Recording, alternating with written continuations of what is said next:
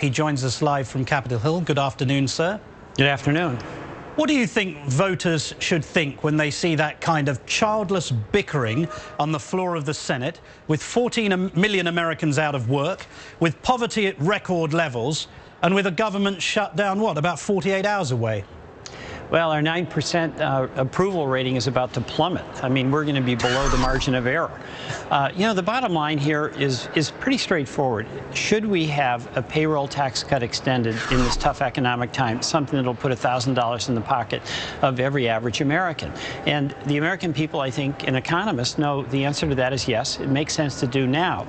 And basically, you have a situation where President Obama and the majority of Democrats, vast majority, support it. And really, Mr. Boehner and Mr. McConnell oppose it, but they can't say that directly. So what they're doing is loading up the bill with things that allow them to get their side to vote for something other than the tax cut, in effect, with the hopes that they'll kill it altogether. So that's really the question. But President Obama is threatening to veto the bill because of a provision approving this controversial pipeline.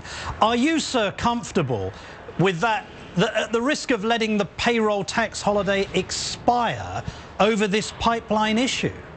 Well, the answer to that is yes, I am. I think, and here's why. You would be happy for that to happen in order to prevent the Keystone pipeline from going forward? No, I would not be happy at all. But what's loaded on the bill, Martin, is not just the Keystone pipeline.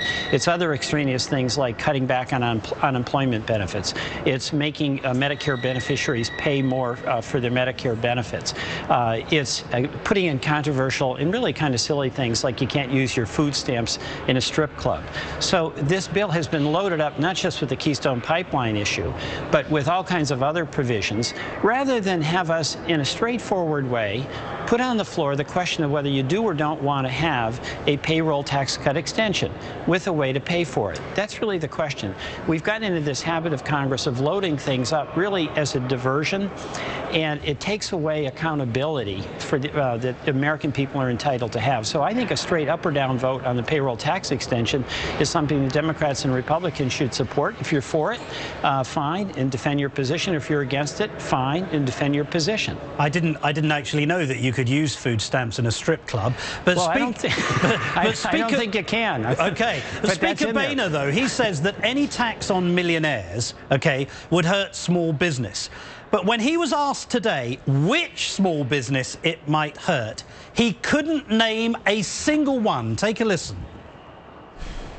I could rattle off a half a dozen names right here and now. Okay. I'm not privy to their tax returns, but I've got a pretty good idea of companies. Just name a couple.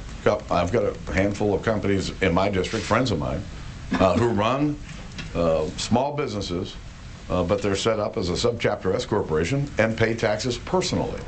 Okay, so he says he knows 6, but he won't be specific. NPR went to all the GOP leaders in the House and Senate, and not one of them could name a single small business claiming they would be hurt by having millionaires pay just a little bit more in their taxes. If that's the case, exactly who is Boehner trying to protect? Well, it's an ideology, and that's the problem. And there's an ideology at work here that says that any taxes, no matter what, are bad taxes. Any government, no matter how good, is bad government. And bottom line here, we've got to increase demand. The challenge we have in this country is that people have low wages, if they're lucky enough to have a job, and too many people are out of work. And the biggest challenge for businesses is having people who are going to buy their products. This is something that Henry Ford understood when he introduced the $5 wage back in days when that was a big payday. This is a shameful moment, though, sir. Finally, we've got a potential government shutdown literally hanging in front of us all. We've got ordinary people whose taxes may go up $1,000 a year immediately. I mean, what is your House doing? Well, I'm with you on that. You're not going to get an argument. And I think what is the real challenge here in Congress is that we've got an ideologically driven a group of people that don't look at things as practical problems that have to be solved. I mean, people need they need a job, they need better wages. Businesses need customers. That means we've got to increase and boost demand any way we can. And having all of this sideshow fights where we're introducing extraneous things really for political reasons, you know, like Keystone, that's a legitimate legitimate topic of discussion and debate. But do you want to put it in as a crowbar to prevent us from moving ahead on something that all economists pretty much acknowledge we need, and that is a continuation of a little bit of help for the average person? Indeed.